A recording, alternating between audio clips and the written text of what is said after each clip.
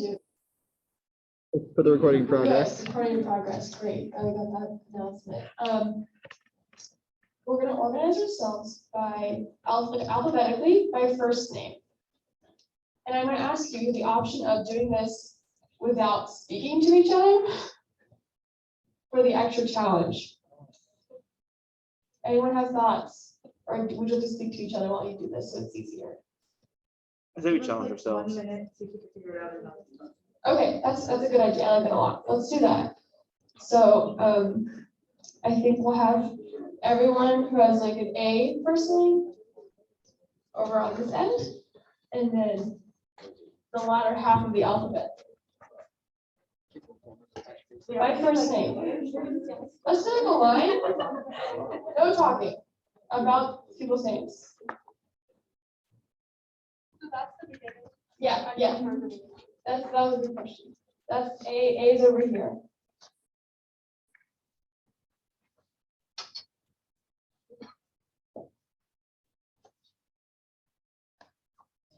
You guys can scooch down a little bit, just so everyone has more room. You can move the chairs too if you need to.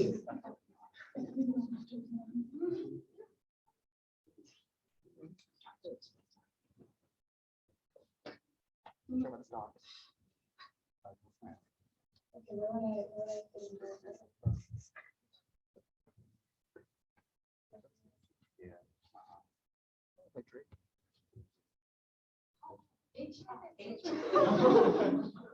I knew that. Okay, so now everyone, so we'll start with on this end. Everyone pair up. So wait, hold on, before that, we go down and say our names and our pronouns. Yeah, here. Two-handed. I am Archie, my pronouns are he, him, his. I am Adam, my pronouns are he, him. Hey, I'm G, my pronouns are he, him, his. I'm Ariza, my pronouns are she, her. I'm Brooke, my pronouns are she, hers. I'm Emma, my pronouns are she, her, hers. I'm Grace, my pronouns are they, them, and she, her. Nora, she, her. Joanna, she, her.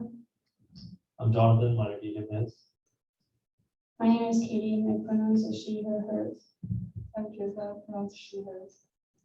I'm Maria, my pronouns are she, hers. I'm Noga, my pronouns are she, her, hers. I'm Noah, my pronouns are he, him, his. I'm Perry, he, him, his. I'm Vago, my pronouns are he, him, his. I'm Sam, my pronouns are he, him, his. I'm Shivani, and I use she, her, hers pronouns as well as they, them, theirs. Hey everyone, I'm Samia, my pronouns are she, her, hers. I'm Trevor, and my pronouns are she, her, hers. Weston, my pronouns are he, him, his. Woo! On the weather, we have Sonia who go after Sam, and then Sonia who go after Simeon. Yes, alphabets. Oh, on the perfect. So, and Elizabeth joined too. And Elizabeth, Elizabeth's who would go somewhere.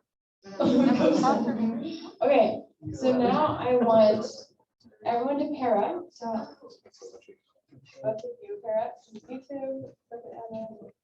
You two. You two. You two.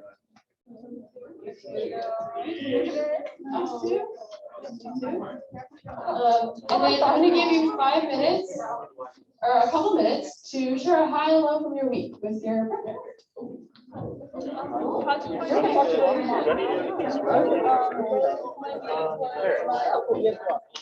We're gonna play about it already. Too much even. Have a seat. Okay, Reba, you're on camera. Okay. This is so bad. This is betting. Okay. This is probably really bad. This is how we have conversations. I'm gonna pause the recording for this. Because, oh no, your sister's on. Oh, hold on. Let me just. I'll flip it. You can talk to your sister. Talk to my sister.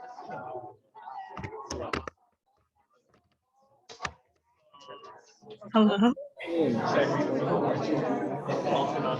So, who'd like to go first for the high? Oh, Sonia, you're driving. Oh my God, be careful. Braver than the truth. I'm happy. Okay, just Yeah, sorry. Oh, Go first. I guess, yeah. Go ahead. okay, Reba. Hi, and welcome to you. Let's hear it. Hi.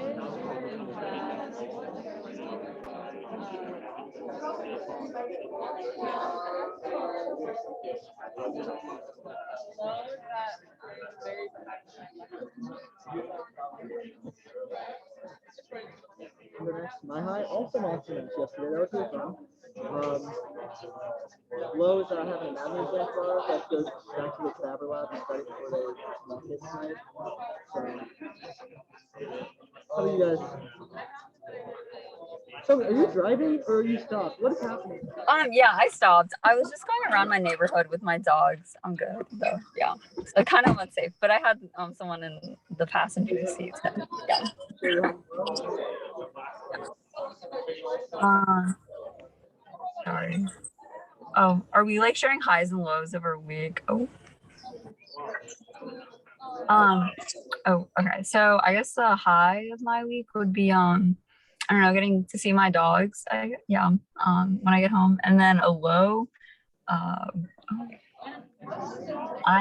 don't know, going to class, biology would just feel like the low in general. Yeah.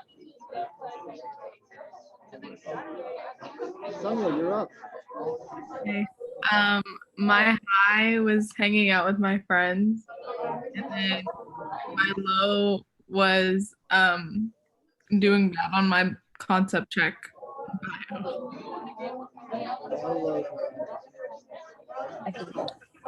Continue. Nice. Elizabeth, you want to share or are you mobile? I can guess Elizabeth. I can't guess Elizabeth. Low, it's been busy. School has been busy, I think. High, she loves Zeta Tau Alpha, her sorority. And they're doing fun things. Okay? Okay.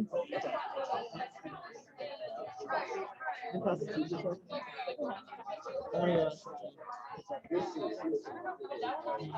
Okay, cool.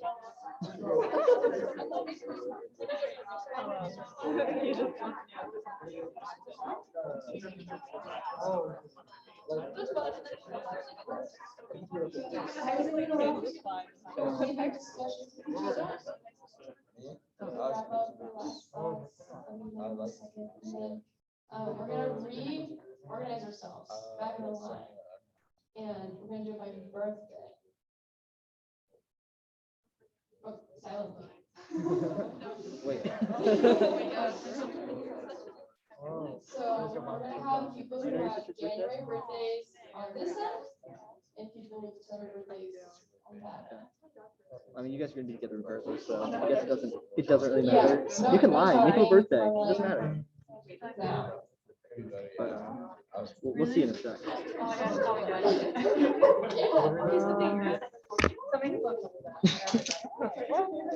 Actually, you guys can talk, we gotta make this quick. Actually, Jim, Okay. Sorry guys, getting a rough angle here. This is how I actually view life.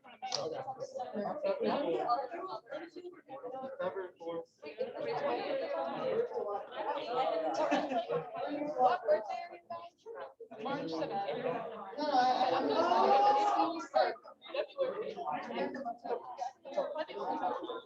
You guys want to switch back? Everyone in here really quick. Oh yeah, so I did the whole month Yeah.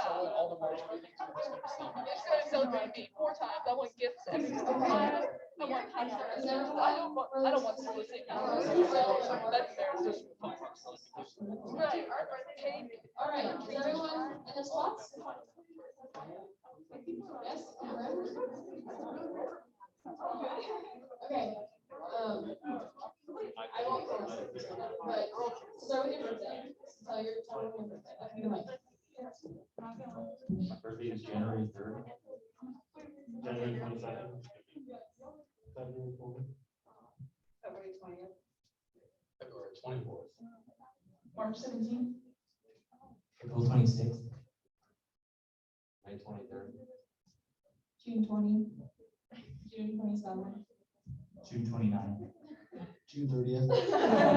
July 9, July 20th.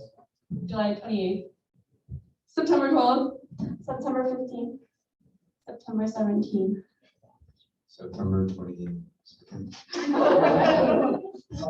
October 30th, November 5th. November 13th.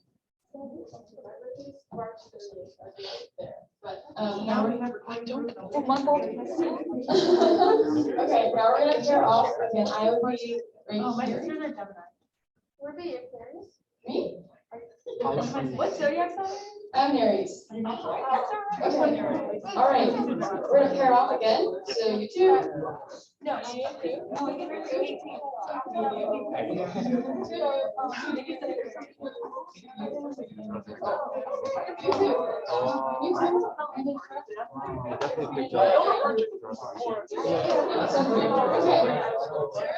you have 3 minutes to chat with us, and we're looking forward to this coming week.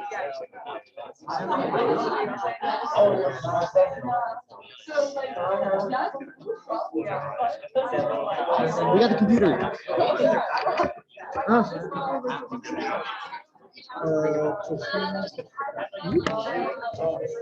Okay, guys, Simi's here this time. Hello, I'm Sonia. I don't know if we've met. Oh, Sonia, I see you, girl. Okay. I can't hear that. Well, they're not. Can you hear me now? Yes, I can. Yeah. Okay. Awesome. When are your birthdays? Mine's September 2nd. Oh my gosh, does that mean you're a Virgo? I'm gonna turn this entire conversation to zodiac because it can't be confused now. I did hear Aquarius a little bit in that conversation. Wait, which Virgo or which zodiac sign are you? A Cancer. It's pretty obvious. Okay. Yeah. Is it Sonia?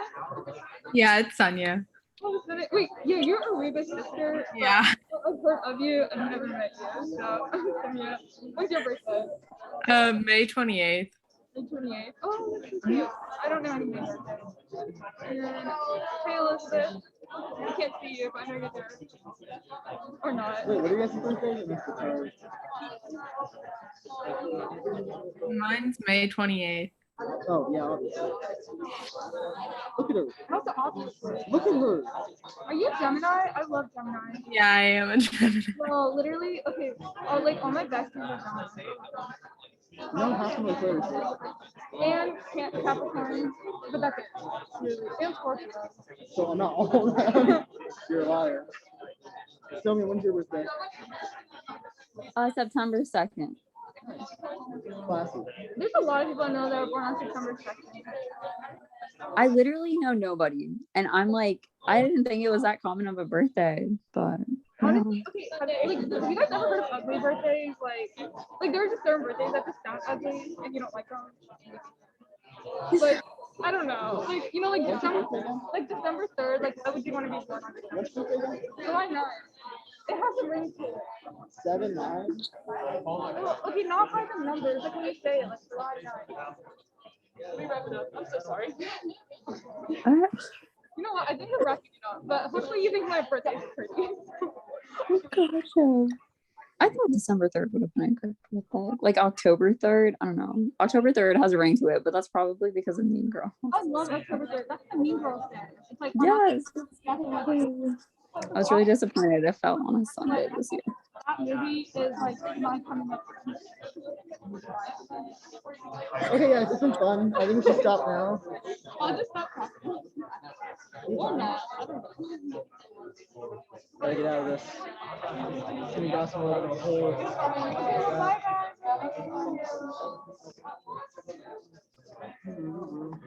Just gonna do a little camera flip. I hope you got to learn something new about the person you chatted with. And have things to be looking forward to this coming week. I know I will. Not only. Okay, anyways, pass it off. Oh, wait. Who has the clicker? Johnny. Oh, I need. Okay, I like moved a mean. I don't like this. I moved a mean, so there's like one less mean than usual. They're kind of boring memes in my opinion. They're like Good vibes, yeah. Like these are like Facebook mom memes in my opinion. My mom would share this on Facebook. But I think that's.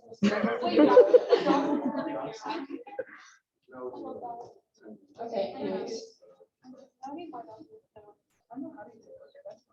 It's just forward and back. That's all that matters. So you watch out.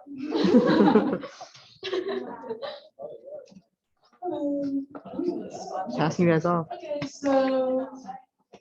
Okay, we're just gonna introduce ourselves real quick. My name is Joanna. I'm one of the co-chairs for Service and Advocacy, and my pronouns are she, her, hers. Hi, I'm Grace. I'm one of the committee members. My pronouns are they, them, and she, her. Hi, everyone. I'm Karnor. My pronouns are she, her, hers, and I'm the other co-chair, Joanna. Okay, so today we're just going to introduce a little bit about local health and our partner, Wayseeker. So first up here is a little breakdown of Hamilton County. So I'm not 100% sure where everyone's from, but I'm from Youngstown, Ohio. So when I came here, people would reference areas of Cincinnati and Hamilton County in general. And I was like, what? What are you talking about? So I just wanted to give a little bit of a visual representation of where everything is. So we are going to focus mostly on Clifton. This corner is so convenient. I love it. So that's us right here. And this is a big focus because that's where UC is located. So if we were to do any service events, that's the community that we're going to target and try and help. And our other location is down here, East Price Hill. And that's because that's where Waitlist Anchor is located. And so obviously that's the community that they're trying to serve there. And then just a general note is that each of these areas is going to have different needs that need to be addressed. So if we were ever to branch out, we would have to kind of reanalyze what we were doing. Okay, and so if anybody was here a couple weeks ago, I'm sure you remember that Internal did a really amazing GHU on the social determinants of health. And so this is actually the definition that they had. I stole it straight from their slides. So shout out to you guys. Okay, made my life a lot easier. And I just wanted to put this up here as a little reminder for everyone, and then just in case anyone wasn't here for that meeting.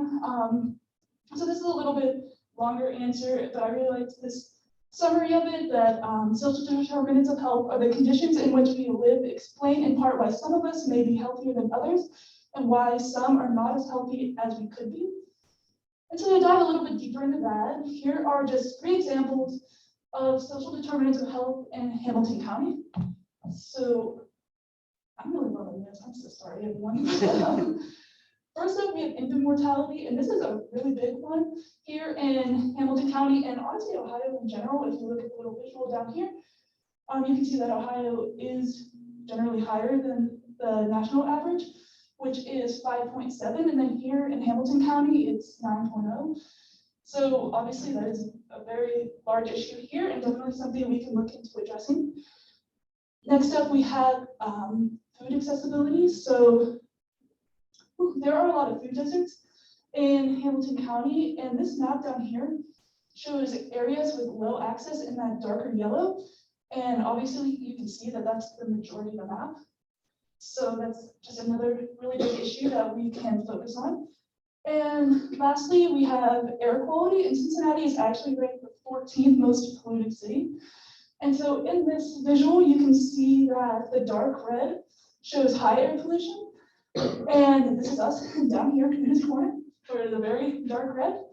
The only darker area I noticed is over here, and that's where I'm from, so I upgraded.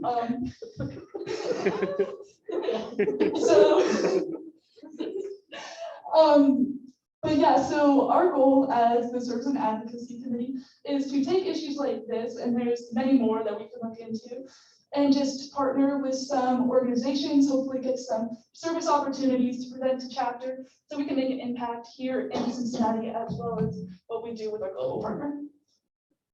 Whew, that was a lot of talking. So next up is our activity. So I guess I'm gonna start off with the goal and work a little bit backwards in explaining this to you.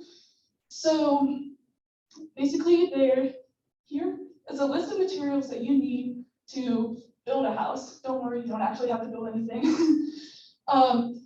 So this is what you need, and I'm going to give you some starting materials and like a certain amount of money. And your end goal is to be the first person to build your house and still end up with the most money. So you can gain resources in two ways.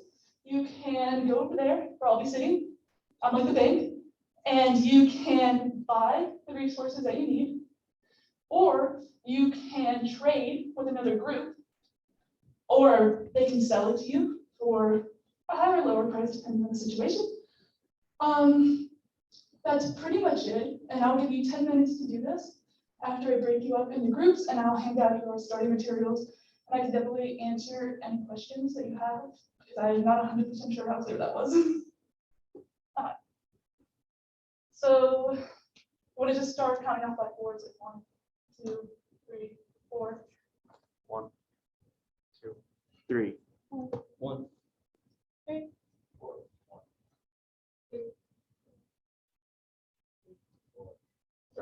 Okay, so how about we just put group 1 in this corner, group 2 in this corner, group 3 in this corner, group 4 in that corner, and I will hand out your materials. Oh. Yeah. For life.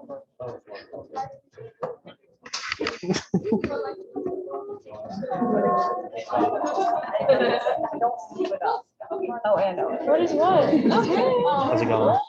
I think our strategy should be more.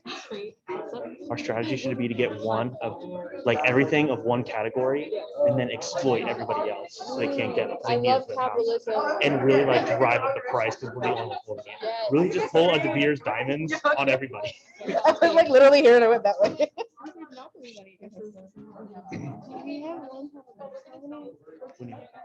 We need 4 rooms. Oh, we have. Okay, so we have 4 tons. We have a lot of. What do we have the most of? So okay, so this is great.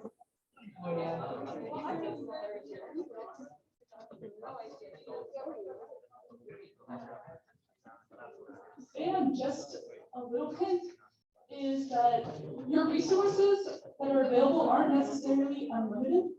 And if you come up here, I might not have them stocked. Oh my god. So We're missing glass. We're missing glass. We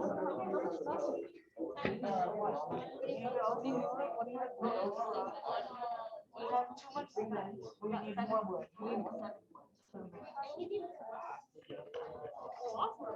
What's like the most rare thing we have? Cement. Should I go? Okay, so we really should share and try and save the cement. So we really like. We need to earn money from that cement. Like try to highest prices you can. Glass is $10, so that's all the money. Yeah, but really Yeah, drive up the yeah. price. We can go check. I think we can go check out the other groups. Let's go.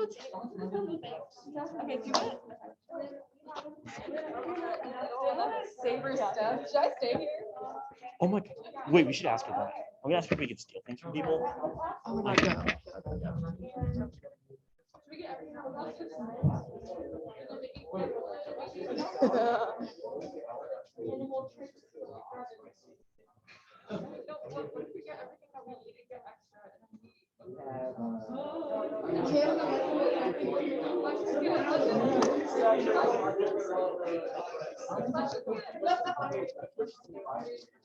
Wait, Noah, can we? No, we can't. Oh my god, so unfortunate. Okay. Oh, they're coming over here. What's going on? Do you guys have any bricks you would like to trade? Wait, remember that honestly? What is more expensive than brick? just another hint that there is enough available resources for everything in the game. So if I don't have it up here, I would ask for other groups. What are you guys looking for? Oh, some bricks. Oh yeah, okay. Okay, they're interested in buying our brick. Yeah, but we need brick. Right. How much was the bank selling brick for? $4. We'll sell it for 20,000. Yeah. Not a cent lower. What's on sale here? What's on? Nothing's wrong. We have. I stopped myself. Wait, okay, let's put our cement aside. Is anybody, we're not selling any more bricks? It's not percent. I want to see Yeah, that. sorry. No. Get out. Walk. What extra resources do you That's guys fine. Go have? build Do your you house. want to That's trade? cool. Oh wait, no, her door. Oh my Go build god. your house. Wait, come back. Hold on. We can trade. Okay, wait, how much is it? He's saying, stealing the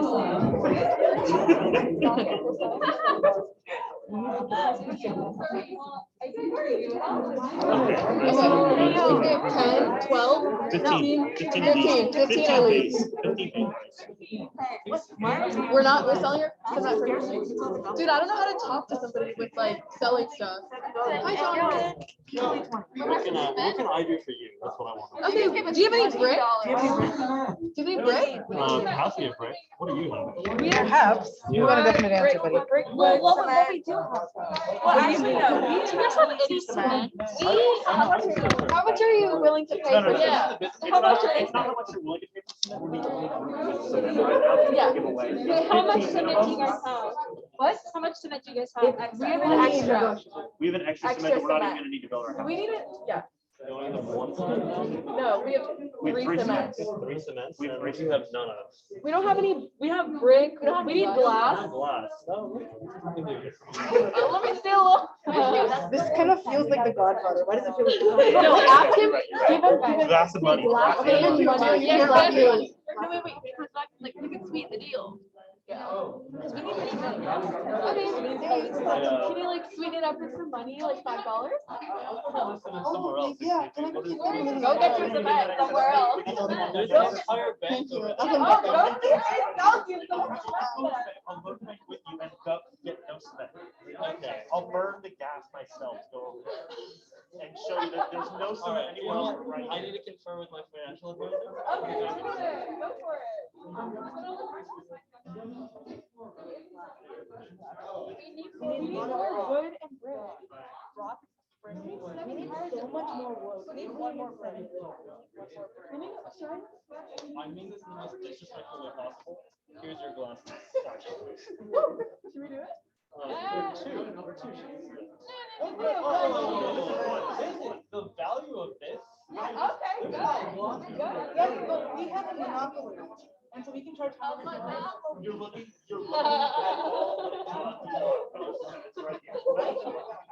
Okay, all right. We have a monopoly. All right, you're not gonna be able to build your house. If I'm going down, I'm taking you. So much.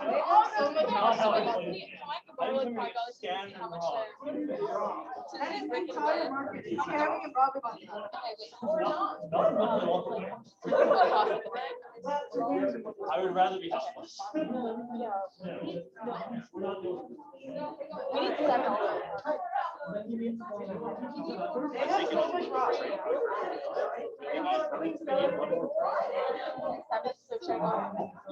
One more break. Trade the rock. Here's two. Big rock. Can I borrow this? Can I borrow this cement?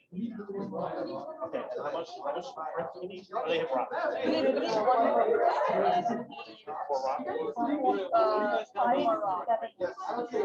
Figure out that. That's cheap.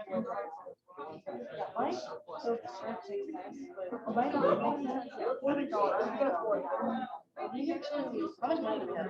We just have $3 left. We need to buy it. Cement is done. Where's our one cent? Not this thief. Not this thief. We have extra. What happened to our extra cement? You don't sell it? No one has it.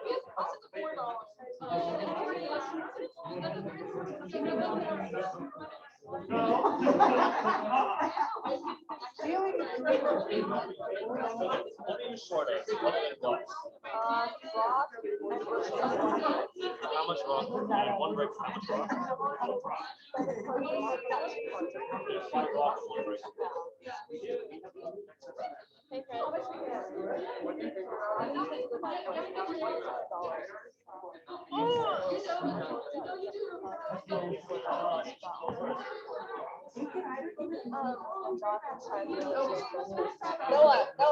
Noah.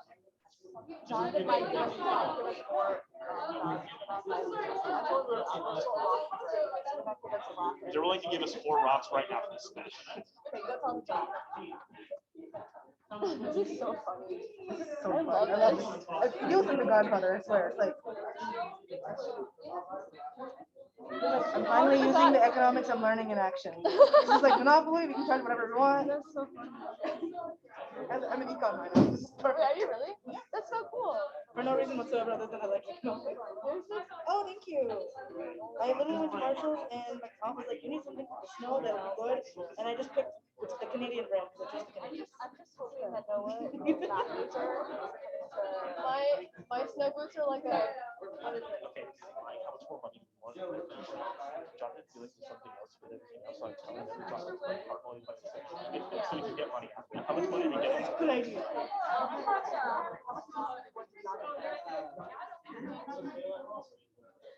We have all of your rock now. Can we have the cement? All the rock. We have all the rock. All 4.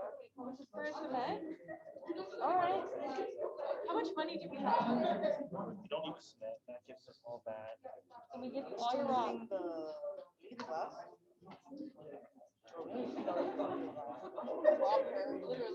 How much is glass? Damn, $10?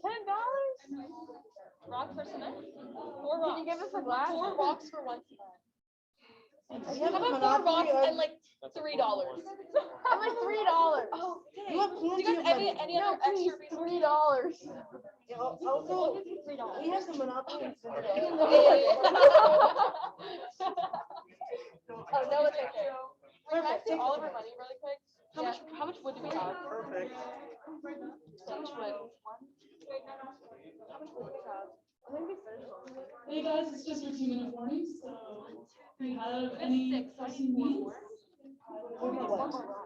For my wood, would like $1. Did you guys sell us a rock short? One group. You did not just do that to Sell us. us a rock short? No, it's about. No. You found it wrong over here then. We have 2 rocks. We had 2 rocks? We had 2 rocks. We needed And you guys can three, still we needed five. finish your house and have more Come money, on. guys, so keep bargaining. You're killing us. Bargaining. I don't have any money to bargain. Life is just like that, unfair. Yeah. We actually, we're broke as hell. Oh, you guys have I don't know how to put this lightly, but we're broke. half a house. We have like, That's good. we have like 7 eighths. 7 eighths. We will sell you for $1. We will, if you have a rock, we'll give you $1. Where do you want to sell some cement? You need cement? No, but actually sell some cement. Would you sell some? We already traded cement. Yeah, We got the bricks. cement's gone. Adam Arjun. I'm trying the rocks. We got the rocks. We will give you $1 for a rock. You don't need it. No, we will give you $1. You give us $1. Do we look like we have progress? How much rock do you want to Yeah, buy? we're trying to make our How much you have for sale? I don't think we need rock. We need one more How rock. much you selling cement? We need 1 rock. Jonathan, I think You know, if you won't sell me All right. anything. Thanks for nothing.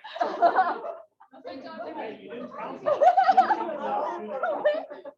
Okay, that's time. Everybody go back to your groups. What you have, what you have. I'm so mad. I was totally ready to like. What are you talking about? You're the master. Everyone said 4 rock. I didn't count anything. No one gave me anything to count. Yeah, I guess No, money. This is 100% Kirsten's problem. As the At the treasurer, campaign, like. One group, everybody back to the main group, okay. So, who finished making their house completely? Anybody? Both of you guys, all 3 groups? Okay, so to determine the winner, not you guys, sorry. Yeah, that's tough. How much money do you guys have? How much are you start with? $24. Either group, each $24. How much do you have? What? $44. Oh, we got. Okay, how much do you guys have? Did everybody You use guys their have money a house? amount? So you guys are the only ones. Okay, so what group number were you guys? 2. Really? That's interesting because I designed this on purpose. I can tell you guys some of the starting materials, not 100% off the top of my head, but they started with $70. 70? $70 right here. Huh? Yep. So, and I was giving them discounted rates on everything as they came up for being good customers. So, I'm a good customer. Am I really? so these are winners. And actually, group 2 is the group that I targeted and made them pay extra fees every time they came up to the bank. So they were very resourceful. You guys were. I would like to follow from. And whoever started with $10, you guys had no resources. Hey, that was You guys had no us. resources. Okay. You guys were the normal group. we got really I don't know what to tell you. I don't know what Not close enough. you We were really close to it. Good job. How much did they start with? 25. Dude, what? Because you guys, a group started with 10, one started with 50, one started with 25, and they started with 70. Yeah, we started with $10. Yes.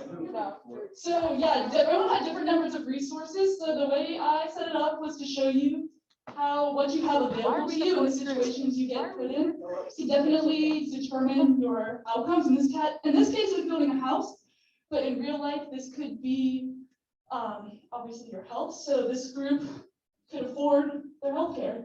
They could afford to go to the doctors. Maybe other groups couldn't. Maybe when you guys were bartering, that was someone watching your lights for you while you went to work, or something like that. So hopefully that translated a little bit through this day. We're eating And I hope you guys had fun. So I'm just gonna hand it off to you more. And Grace. Is there a way that you want the items collected, like the cards and the I wasn't sure if you would want that for another. She told me that. Life's crazy like that. We didn't even know we were in the last group. We immediately wanted to go to Savory.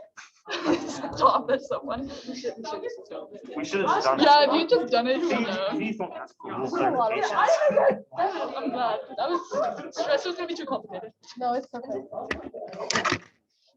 What's going on? No, we were trying to. Snack. We're good. We're good. Oh yeah, are we staying in our groups going back? Everyone, just feel free to stay in your groups because we're gonna do another group activity. I guess we're cleaning up.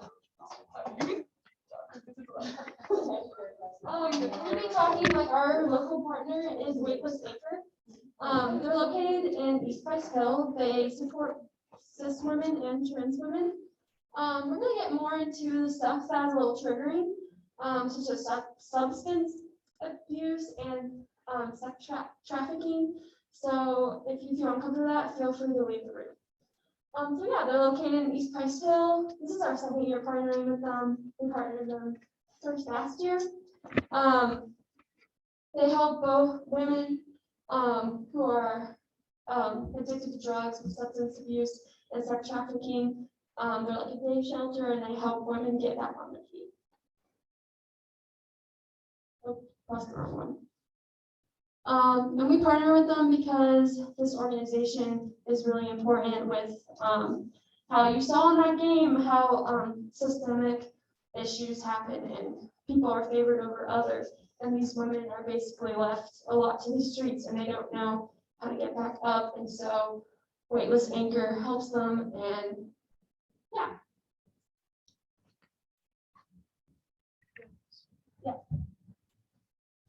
Okay, so a little bit about the history of how Weightless Anchor started. Originally, it was a house in Lower Price Hill, actually, opened in 2012. And then basically what happened was there was a lot of construction and all of the soliciting moved uphill to East Price Hill. So they closed down the house that was in Lower Price Hill in 2012. And in 2015, they opened up a new one in East Price Hill. And that's where we are currently at now. So a little bit about the services that they offer. It is a day shelter. That means that people cannot stay overnight. Usually what happens is somebody will come in, they'll be looking for someone to talk to, emotional support, which is provided by the all women volunteers. They'll be looking for hygiene kits. That includes shampoos, toiletries. Sometimes Hamilton County Public Health will come in and they'll offer clean needles. So that's a part of their harm reduction advocacy. And in general, people can always come in and get food or clothing. So right now, they're not so much tailored towards healthcare as they are towards general support. But regardless, they do play a huge role in connecting people with social service agencies. So, Can you explain more about like clean needles and what that means? yeah, sure. So there's this huge thing in public health of starting at the source of a problem and understanding that people are at where they're at, regardless of how you want them to be or what your personal take on an issue is. So with use disorder, it's a medical condition. It's something that has been proven with a lot of medical evidence to improve through treatment and also through effort less at blame and punitive punishments and more at restoring a person's sense of agency and helping them get back on their feet. So Witless Anchor believes in this concept of harm reduction, and so does Hamilton County Public Health. So what they'll do is they'll come in usually once a month. Now they're looking at doing more often, and we'll offer about 60 clean needles to people who are active users. We'll also offer like alcohol swab kits, so everything that you would need to use. And what that does is prevent the women theoretically from getting HIV/AIDS and these conditions that can occur when you use dirty needles. So this is just a snippet of an interview from someone who came into Witless Anchor once. And later in the activity, we'll be looking more at it. But in general, they're just talking about why they come in, how they feel about the women volunteers who are there. And you'll learn more about their exact conditions later on. Okay, so our contact is Andrea. She's the director of all the volunteer services at Witless Anchor. She basically does everything that they need. She does all the fundraising, she recruits volunteers, she manages the needle exchange with Hamilton County Public Health. So she's constantly really busy. Still, she felt really comfortable sharing her contact with all of you. So if any of you ever want to be connected with her one-on-one, or you want to join a larger conversation with the Service and Advocacy Committee, let one of us know, and we're more than happy to set up time to chat. We're also looking at bringing her into chapter later on. This weekend, she was just on sabbatical, so she's taking a break for a bit to restore, and then she'll be back open and up for talking to all of us. Okay, so last year was our first year partnering with Witless Anchor. So very much unlike our 11-year partnership with SAW, we don't have very tangible goals right now as to what we're going to promise them, mostly because our priority is SAW. And right now we very much are in the learning stage of educating ourselves internally about what they do and how we can help them. So last year they had a really small house. It was just 2 stories. The bottom story would be things like food and clothing, and it's also the area where the needle exchange would occur, and then upstairs would be the shower and kind of more of like a hangout spot. Now they're looking at expanding into a 3-story building, and it's actually going to be a birthing center. So what that means is women can come in and get full spectrum sexual health care. So people who are looking for birthing services, lactations. Yes. Okay, now you guys can be quiet. Someone's on a meeting. And this place will also offer more rooms to Hamilton County Public Health. So instead of just coming in once a week and offering clean needles, they can come in and do full-on sexual health screening. So it's a lot more tailored towards health services, which is really awesome. And their goal is to reduce the infant mortality rate. Like you saw earlier when Joanna was talking about the health issues in Hamilton County, Cincinnati has a really bad infant mortality rate. Can you talk about what like doula services? Yeah, sure. So a doula is someone who can offer either medical or non-medical support. I work in a doula capacity at Planned Parenthood, and with the work that I do there is more non-medical, but there are a lot of doulas who actually go through a formal training through a college or a university or another health institution, and they learn how to help someone give birth, or they learn how to help someone breastfeed. And in general, their role is very much supposed to have been integrated, but not entirely the same as a hospitalist or someone who would be working in a clinical setting. So a lot of doulas actually work at home, where they will go on a case-by-case basis to people's individual homes. And it's been proven that when a doula is presented to a patient as an advocate, their health outcomes are going to be a lot better. Okay, so our role in all of this birthing center work right now, is just to look into funding resources. The biggest thing that they need is hygiene kits because they're constantly partnering. And in all of their partnerships, they're always offering these hygiene kits to give away. So we'll be looking into that. And then the next biggest thing is just remote work. They're transferring everything from Google Drive into a database. So if anyone, even outside of the service and advocacy committee, is interested in helping with that, we would love to connect you with her. In general, since last year, all the things that they have up and running right now, the biggest thing is the syringe exchange that happens on Tuesdays. And like I mentioned earlier, they're trying to ramp it up so that it's every week. Right now, I believe it's twice a month. And then on Wednesdays, they have what's called a community link station. Essentially, it's just a place for all the social service agencies to gather, so that instead of having to seek out individual organizations, the women can just come and get all their questions answered. So I believe that the Center for Addiction Treatment isn't yet present at these events, but they're going to be. Hamilton County Public Health is always there. Greater Cincinnati Behavioral Health is always there. And they're the organization that will connect people to counselors and caseworkers. The update that Andrea was most excited about when she talked to us was the early intervention program at UC. So usually when one of the women is admitted for treatment or is forcibly admitted, they're not treated well forcibly. A lot of doctors, physicians, nurses aren't fully aware of their situations. They don't know who to contact sometimes, so it's definitely a mutual problem. Something that UC Health started, the early intervention program, is meant to combat that. Basically, somebody will already be in the hospital when a person is admitted, and they're meant to serve kind of like the doula does in an advocate role, but it's less specific to lactation and birth services. So far, the women who have been admitted from Witless Anchor into the hospital for a short period of time or for longer have really liked having someone advocate for them as part of the early intervention program. So Andrea is looking into expanding that and ensuring that everyone who comes in can have that option.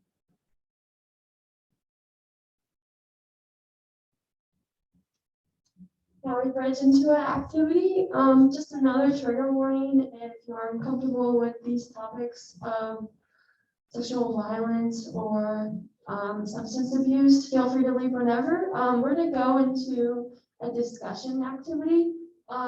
Please feel free, like you don't need to talk if you're uncomfortable. You can just listen to what others or even exit if you need to. Don't feel pressured to talk at all. So in your group, either you're 1, 2, or 3, you're gonna talk about your specific group question and go into it. We're gonna pass out the interview. And then when we all reconvene in 7 minutes, we'll talk about what was the key part of your questions and your discussion in your groups. So yeah. Just a reminder, it was group 1, 2, 3, and 4.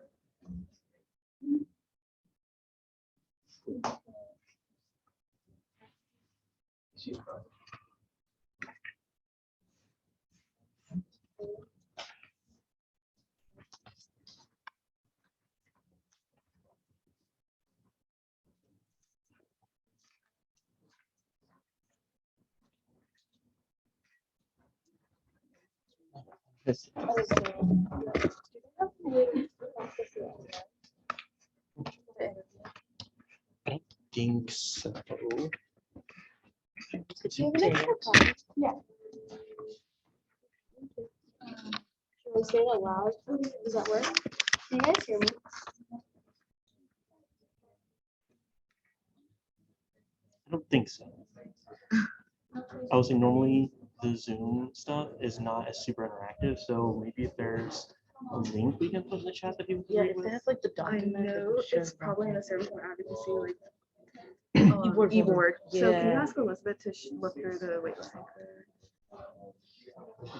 Okay, I'll just read it out loud. Do you have questions or do you have a place to stay? Is it your own house or with someone else? Is there electricity? I've read this interview before.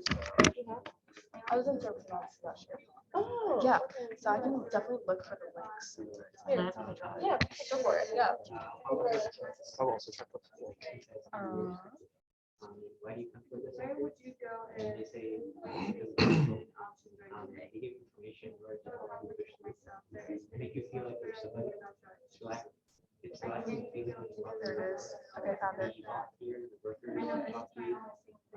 best way to put it on to? I think I would send it to, like, should I send it to the e-board chat? And group me? And then Elizabeth can get it.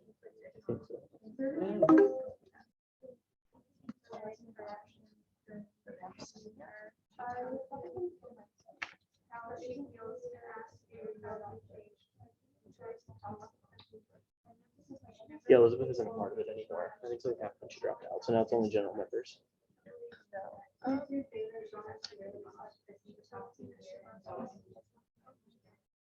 Or what are they talking about? How many people are there?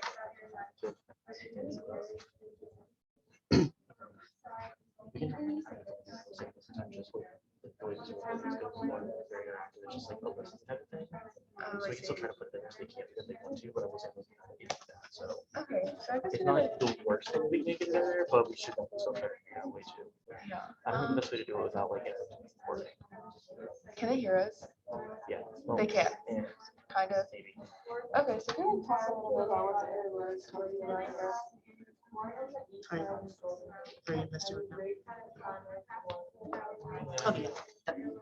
Okay, so I guess we talked about a little bit about what the interview was about. So the interview is with Krista, I think, and it's talking a little bit about her story, and talking about like with Andrea, who is kind of like the director of Weightless Anchor, and why they have like a really strong connection with her. Yeah. So our question is question 3, right? Is that what it was? Yeah. Yeah. Do you have any idea of situations like the one Krista is in, avoid or approved? Did you guys?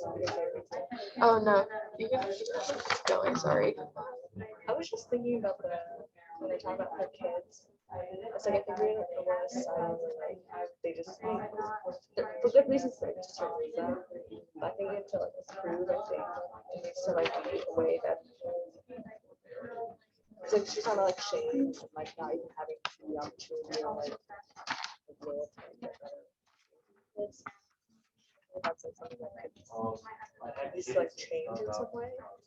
It's very cyclic.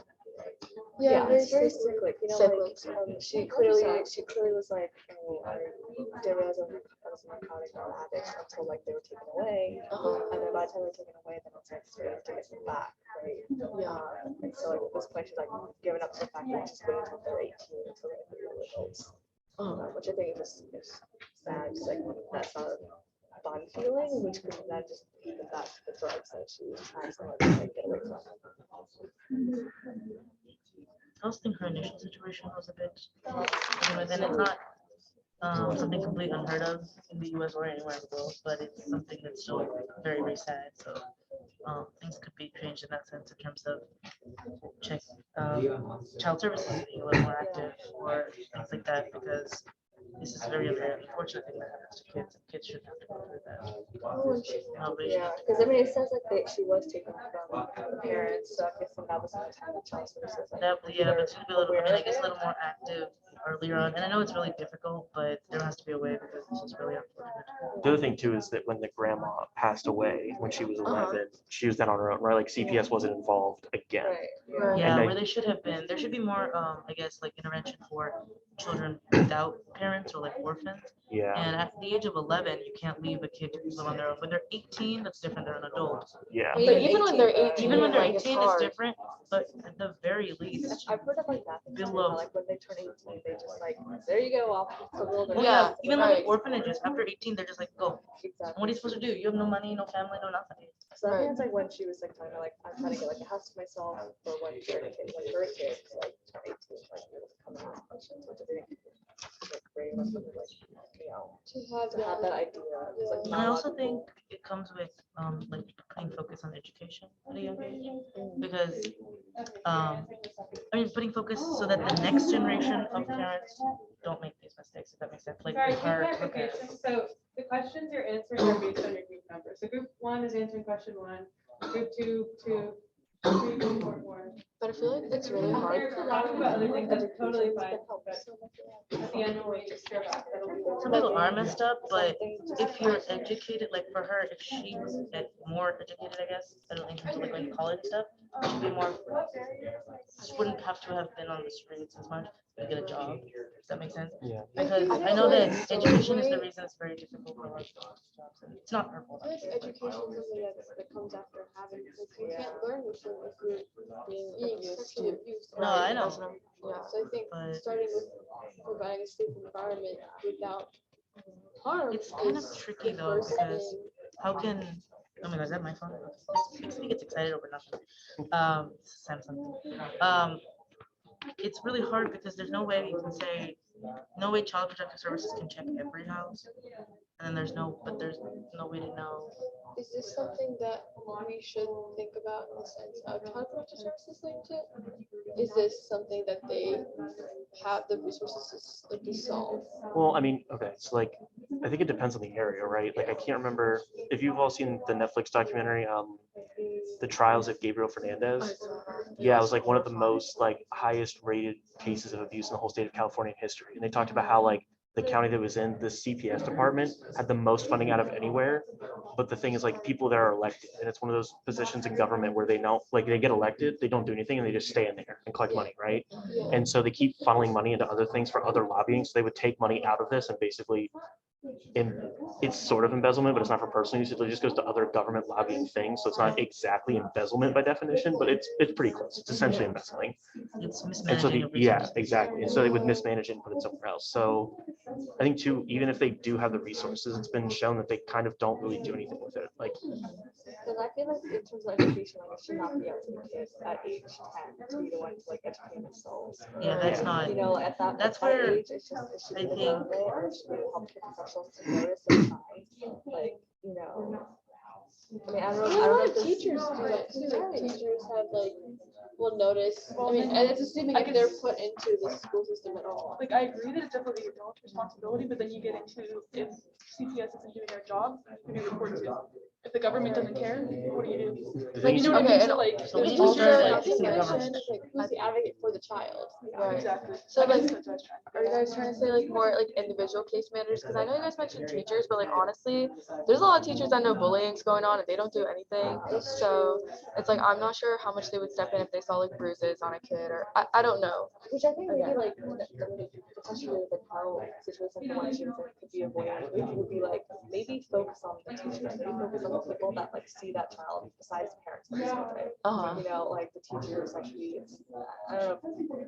Counselors, invest more money in having counselors in the schools.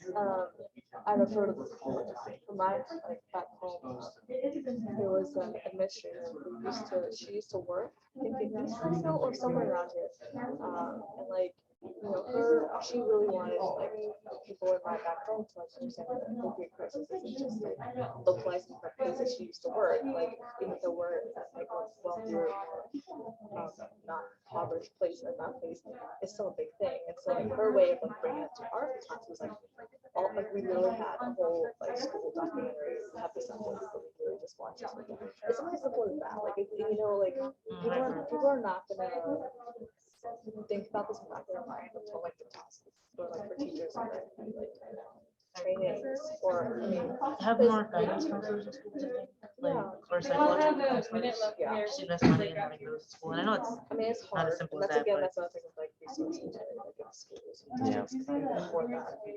Which is unlikely. I feel like this is a very root cause problem, It's as just like in, just a cycle. it's a very, yeah, it's cyclical, and you have to go really, really deep to find a solution, as in, you need to start investing money, you need to start fixing the government, Like I know, and you need to start healthcare being more careful. are trained to recognize Yeah. signs, but then if parents don't think doctors like how Yeah, they, exactly. I was gonna literally say that, I mean, you could ask healthcare professionals to check psychologically when you're yearly checkup, but if they don't go to the doctor, then what happens?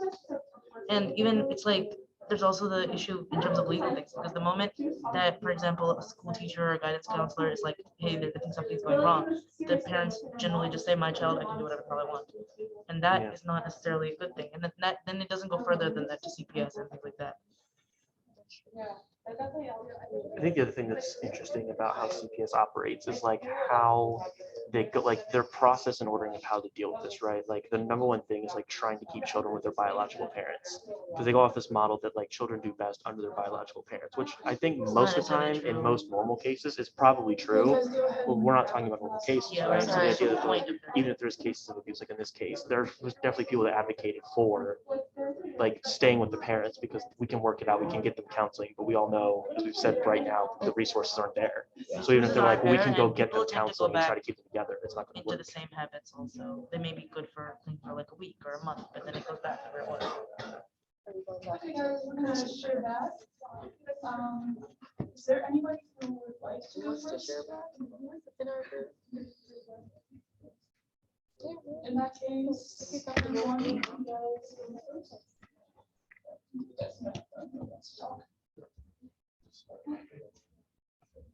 Hi everyone, my name is Maria, my pronunciation occurs. So I will answer question number 1. So I'll just read it.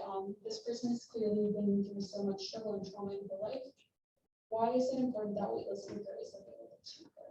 So our group talked a lot about this idea of emotional support that we just cannot find in like an emergency department, and actually, Krista mentioned this several times that like she didn't feel like she could go anywhere else. From her mindset, like her other option is suicide, which is, to have these two very contrasting options, unconditional support and love from waitlist or suicide, that just goes to show why waitlist is so important for her.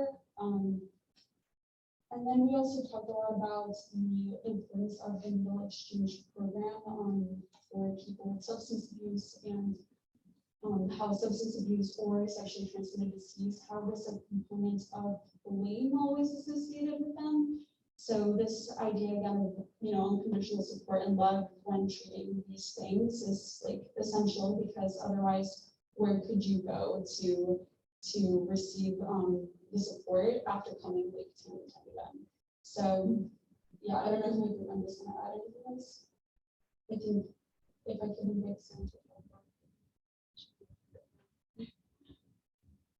Yeah, I was just sort of saying how I think a lot of people, myself included, just often like carry this belief that like there should be these like robust, comprehensive, public programs that help people with these different issues. But I think it's really important to remember the importance of something that is like heavily community-based and heavily individualized, because just thinking about like an emergency department, obviously it's great to like implement a lot of programs at that point of care, but it's important to also have like an Andrea and like a physical place that you can visualize and feel comfortable in. So I think it's just important to kind of acknowledge the importance of just having it be grassroots and really like personal rather than just a big sort of public program. Perfect. Okay. Yes. Covered good things. Would you like to share?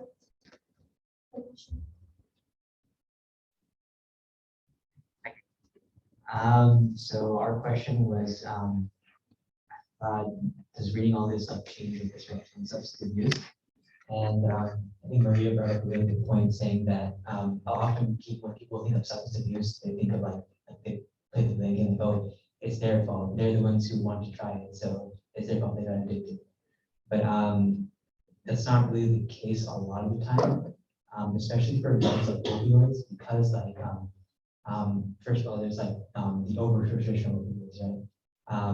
Doctors have consistently overprescribed it, and because of that, like a bunch of people who shouldn't be addicted to opioids, who shouldn't have even like interacted with the drug, were interacting with it too much, and it is a very addictive substance. So of course, the addiction is spreading.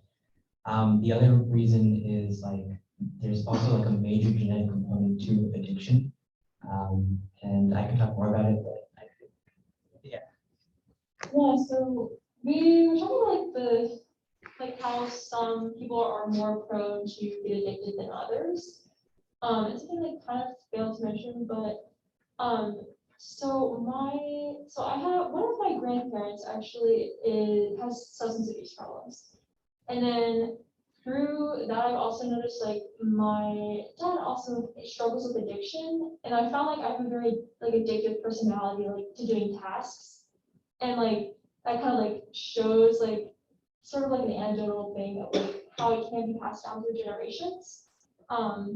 Like of course like there's also like epigenetic factors like your social like things that you go on, like not having like a good like home life or like a very supportive community also can lead to stuff like that. Because like as like Maria said, like sometimes like people will just blame you for that, and then like you'll relapse, and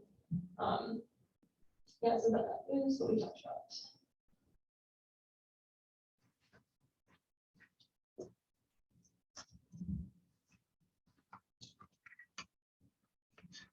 So we did question 3, so do you have any idea how serious the question is and can be made or improved?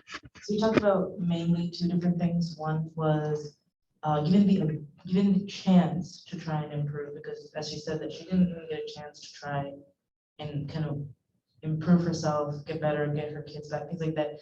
So much so that she's at this point given up and just said, I'll just wait till they're adults and then I can see them. So that's the kind of thing that in terms of and structurally, the way that I guess our government law, everything's structured could be improved, and just the society in general. And the other thing we talked about was her like childhood situation, which was that although we do have like CPS and stuff, they're clearly not working as efficiently as they could and should be. And Noah had mentioned that there's a lot of mismanagement of funds, there's a lot of differences in different locations get different funding and things like that, which theoretically should not be the case because such a situation like this could happen anywhere at any time, you never know. So that kind of a thing, and how we could like improve, perhaps like identifying these things by like training the teachers, investing in guidance counselors in the schools or psychological counselors in the schools, things like that, helping people spot them more early on so that this kind of situation doesn't occur, and educating people and making sure that there's like more infrastructure for them to be more, I guess, independent once they can or do get out of it. Like we're talking about like orphanages, like once you're 18, they just send you away, which is completely ridiculous. Because at 18, yes, you're an adult, but do you actually, you're fresh out of school, you don't have any family, you don't have any initial capital to start doing anything. It's very difficult. So that kind of a thing, like where, and it was like written that when she was 11, she was on her own. And that's where like None pointed out that CPS should have stepped in again and said, okay, now we're gonna put you in a foster home or an orphanage or something like that, but she was on her own, which is preposterous, things like that. So that kind of a thing, it's more of a, unfortunately, it's cyclical. So that happens, and then it happens the next generation, and it happens the next generation, and unfortunately, there's much you can do, unless it's like a very, you start at the grassroots and start building up, which is where you start changing the way the government operates, or change the way that funding is allocated, and it's very, very difficult, unfortunately. It's not something we can do in an instant or in 10 years also, and maybe it takes hundreds of years to fix that. But that's kind of the situation at this moment that we think that, you know, it should have improved, but something like Weightless Anchor is definitely starting to help improve and at least make the situation better for the next generation and the next, and so on and so forth. Hopefully things like this won't happen anymore. But yeah, that's pretty much the basis. Oh, she wanted to say. And also Noah mentioned something with like the Netflix documentary, The Trials of Carlos Fernandez. And he talked about something that I never like had considered about how like that department of CPS had like gotten the most funding, but had like failed to step in. And that kind of reminded me of how like with Krista, there were like multiple points at first when she was taken away from her parents, and after when her grandma died of cancer, like there were multiple points that CPS could have like stepped in to do more for her, but had like failed her, if that makes sense. So yeah, like, and also, oh yeah, Noah made a point about how like the people that are elected to CPS, like a lot of them kind of just get elected and then they stay in that position for like decades and just keep collecting money, as like how he said, instead of like, doing more.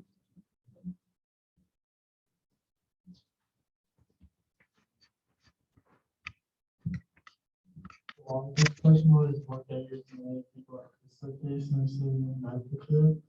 So obviously we read about her experiences, how she lost her kids, and how she went into a cycle with the drugs on and off. And it's just like with her, the situation is more just than medical care and more with mental health. And it's something that even hospitals can't fix because it's so deeply engraved in her brain.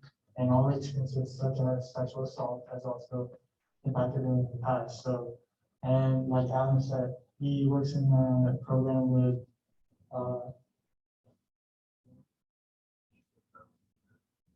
I worked at I still work at the early intervention program, and you really see how hostile the environment is towards these patients, whether basically for substance use disorders or different mental health diagnoses. And I was very surprised, even when they're encountering a patient, the doctor just rushes in, starts shouting at them. Really, all those biases are very prevalent within the healthcare field. And it makes you wonder, like, a lot of these people, when they're applying to medical school, pre-meds, they're advocates, or to some degree, they're advocating for social change. So it makes you wonder what happens in the process that makes them act like this. Like, these are very young doctors I'm talking about. I'm not talking about people who are 70 or 80. I'm talking about people, like even residents, who are going into patients, really screaming at them like this. And it's something that's really hard to see. I think they kind of nailed it right there. I don't know. I was gonna say something, but I don't know. There's not much more to add to that.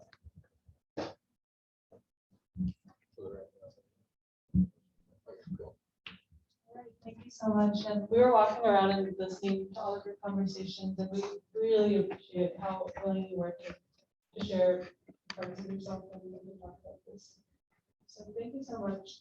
One thing that we didn't share in the presentation was that there will be opportunities for group volunteering this year.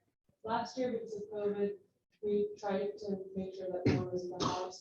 This year, since they're moving into the bigger 3-story house, they're more willing to have women volunteers in on an individual basis. The reason for that is because a lot of the women who come into Whitman Center have been traumatized by people who present this as men. So for that reason, they try not to have volunteers go on. But they are going to have opportunities for us where we could come in and do something like donation drive. So essentially we'd come in, we'd help them package up their clothing items and just hang out with Andrea. So that would be open to everyone. The remote work, helping transfer things from Google Drive into the website, is also open to everyone. And then if you wanted to do something really fun, like a street cookout, basically setting up a grill and having a block party where the house is located, we can do that as well. So if anyone's interested in helping or going in individually, you can always talk to any of us. We can connect you with Andrew as well. So that's all we've had for you. Thank you so much for listening and participating.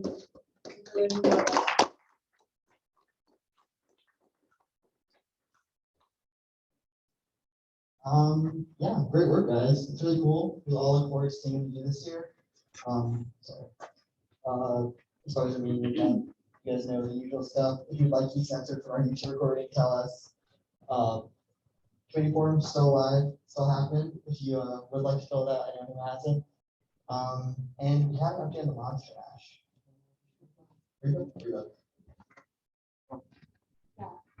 So we got our total from what we made from Monster Mash, and we made almost $300, which is really exciting.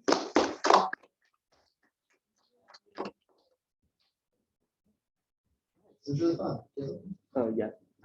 Also, do not forget that the GROW application is also open, as well as the committee form. And I think the due date for that is November 3rd, right now? Yeah, so November 3rd. So just keep an eye on that as well. Yeah, Adam's the guy to ask about the grown up. Any questions you have, day or night, morning or evening, never too inconvenient for Adam. He's always going to be awake. I think Adam's also going to be coming out with some more resources in the next few days. So keep an eye on your emails. If you see Glow in an email, odds are it'll be attached. But yeah, we're gonna break out in committee time for the last like 10 minutes. But before we do that, we're gonna do collective breath. Does anyone else have any announcements they'd like to make? Oh, I found a jacket that wants to match. Everybody knows what it is. Okay, so there's a jacket left in Monster Mash. We're playing an identification game. Easiest game today. Okay. So does anyone have a quote for collective breath? Oh, Raga. Okay. Oh. No, we got multiple though. We got multiple. Alright, so this is a quote from one of my favorite books. It goes, "The question is not whether you will want or dream and die. It is what you will want, why you will hurt, when you will dream, and how you will die. You cannot choose the destination, only the path." That's really nice. You got more quotes or questions? Quotes. Hold it up. So I got one that says, "Don't let yesterday take up too much of today." So like as students, we like think of too much about like what do you get on grades, like what happened in the past, but we all are students, we all are young. It's fine to just look up and like move forward and think about how you can change that situation instead of just going on it.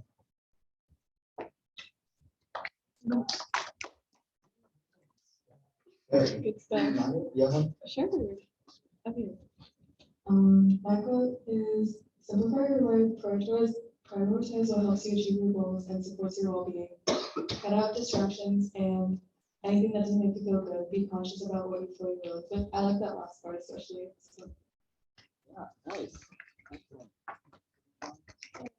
It's also about love. It says they had an ordinary life, love ordinary things, if love can ever be called that.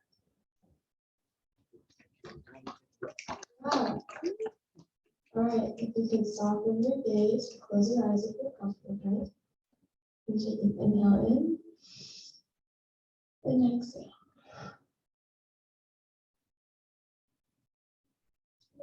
All right. Thanks for coming, everyone. It was great seeing you.